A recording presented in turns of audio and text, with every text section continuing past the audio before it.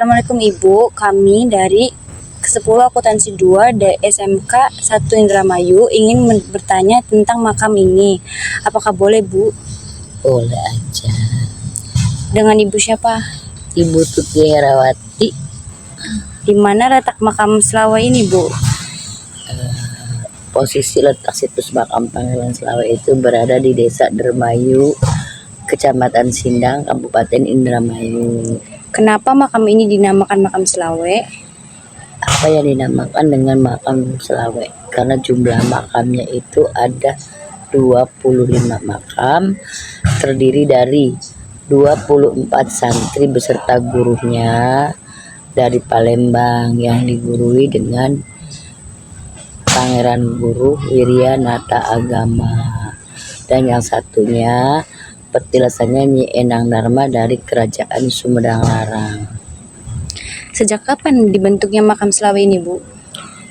Kalau nggak salah ditemukannya, atau bukan dibentuknya ya, ditemukannya sejarah situs makam Pangeran Selawai itu dari tahun 1454. Sejarah apa aja yang ada di makam ini, Bu? Kalau boleh Ya, saya tahu. kalau sejarahnya Baba Dermayu sama munculnya situs makam Pangeran Selawai.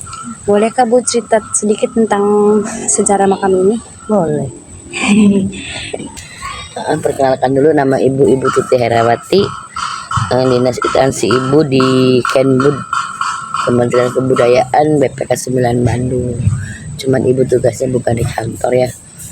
Tugasnya di lapangan untuk melestarikan cagar budaya, untuk membersihkan, melestarikan,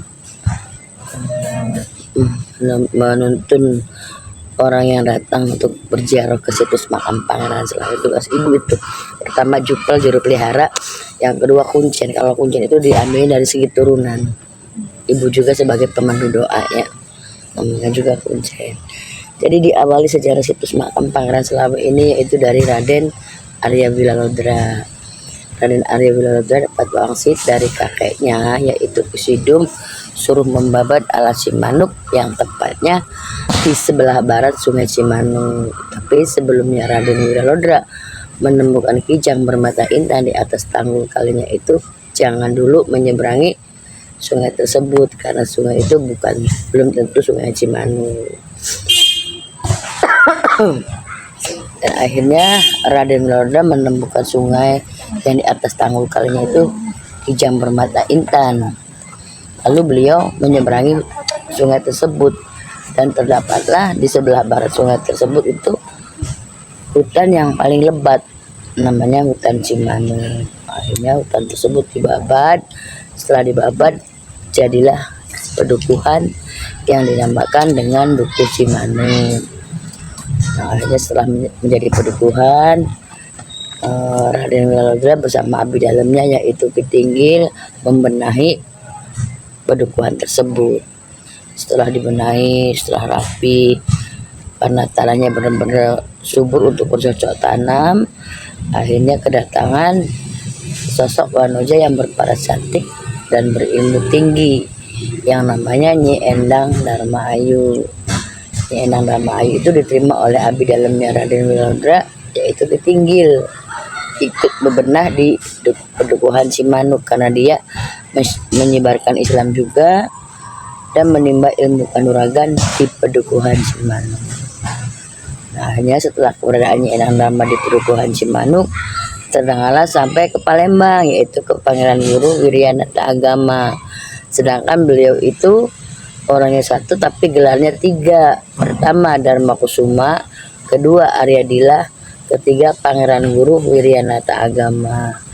Beliau pun juga atau Pangeran Guru juga datang dari tanah Sumatera ke tanah Jawa ini mensyiarkan Islam. Namun setelah keberadaannya di Pulau Jawa belum berkembang Islamnya di tanah Jawa tersebut, keburu Pangeran Guru itu melihat kecantikannya Nyi Endang Dharma dan kesaktiannya Nyi Endang Dharma itu, Pangeran Guru seneng. Pangeran Guru jatuh cinta.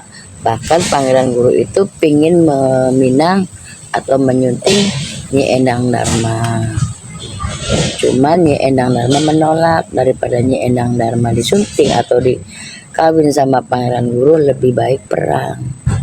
Akhirnya perempuan satu melawan 24 beserta gurunya itu bisa dikalahkan semua oleh perempuan satu.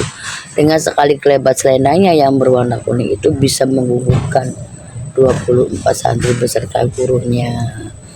Akhirnya gugurlah Pangeran Guru beserta santri itu pas dimakamkannya di Pedukuhannya Raden Arya Wiralodra, yaitu di Pedukuhan Cimanuk. Akhirnya setelah dimakamkan, abdi dalamnya Raden Wiralodra kembali ke Bagelen melaporkan ke Raden Arya Wiralodra bahwa di Pedukuhan Cimanuk telah terjadi peperangan antara Pangeran Guru sama Nyi Endang Dharma. Sedangkan kedatangan Pangeran Guru sama Nyi Endang Dharma itu tidak diketahui oleh Raden Arya Wiralodra. Nah, akhirnya antara Wiralodra dengan Nyi Endang Dharma itu perang mulut. Lama kelamaan perang mulut, Raden Wiralodra menaruh simpati lagi sama Nyi Endang Dharma, ingin mempersunting lagi Nyi Endang Dharma. Cuma Nyi Endang Dharma menolak. Daripada Nyi Endang Dharma disunting oleh Raden Arya Wiralodra, lebih baik perang. Akhirnya perang kembali antara Nyi Endang Dharma sama Raden Arya Wiralodra. Cuma perangnya Nyi Endang Dharma sama Raden Wiralodra itu makan waktu yang cukup lama, dari hari, minggu, bulan, tahun, bertahun-tahun, gak ada yang kalah, gak ada yang menang. Cuman karena Nyi Endang Dharma sudah merasa kewalahan, akhirnya Nyi Endang Dharma menjeburkan diri di pusaran Sungai Cimanuk untuk menghilangkan jejaknya supaya tidak dinikahi oleh Raden Arya Wiralodra. Akhirnya setelah Nyi Endang Dharma menjeburkan diri di pusaran Sungai Cimanuk, Nyi Endang Dharma menimbulkan suara tanpa rupa gojangan untuk Raden Arya Wiralodra. Nah, yang gojangannya Nyi Endang Dharma membuat Raden Arya Wiralodra itu, tolong Raden Arya Wiralodra abadikanlah nama Nyi Endang Dharma Ayu. Di kemudian hari atau benjang langkung di anak cucu kita, sebuah pedukuhan itu akan menjadi kota yang paling besar, yaitu kota Indramayu. Jadi kota Indramayu yang kita dudukin ini asal bakal cikale dari Nyi Endang Dharma Ayu. Nah, sedangkan di sini makam Pangeran Slamet ini jumlahnya ada 25.